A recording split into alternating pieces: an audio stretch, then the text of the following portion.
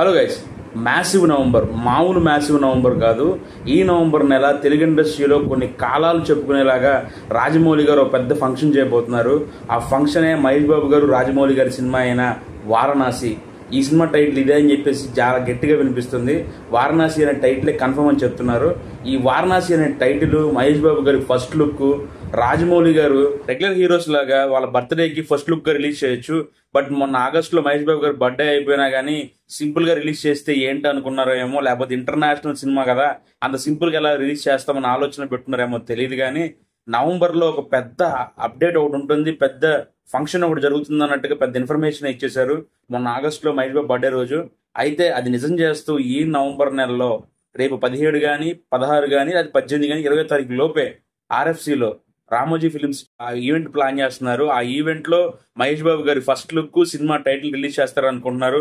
కొంతమంది అయితే cinema release date కూడా ఆ ఫంక్షన్ రిలీజ్ చేస్తారు అన్నట్టుగా చెప్తున్నారు.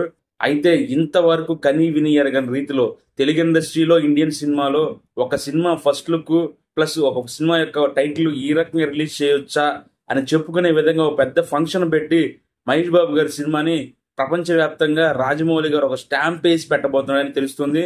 రాజమౌళి గారు మామూలు కాదు. ఈ ఈవెంట్ కి సంబంధించిన లైవ్ ని జియో హాట్స్టార్ లోను అమెజాన్ ప్రైమ్ కి ఆల్రెడీ అమ్మేశాడు. దానికి సంబంధించిన ఒక అనౌన్స్మెంట్ వీడియో కూడా 2-3 రోజులు రావచ్చు అంటున్నారు.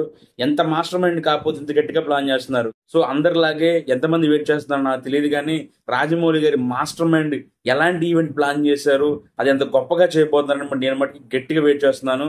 దీనిపైన మీ కామెంట్ ఏంటో కింద కామెంట్ చేసి చెప్పండి.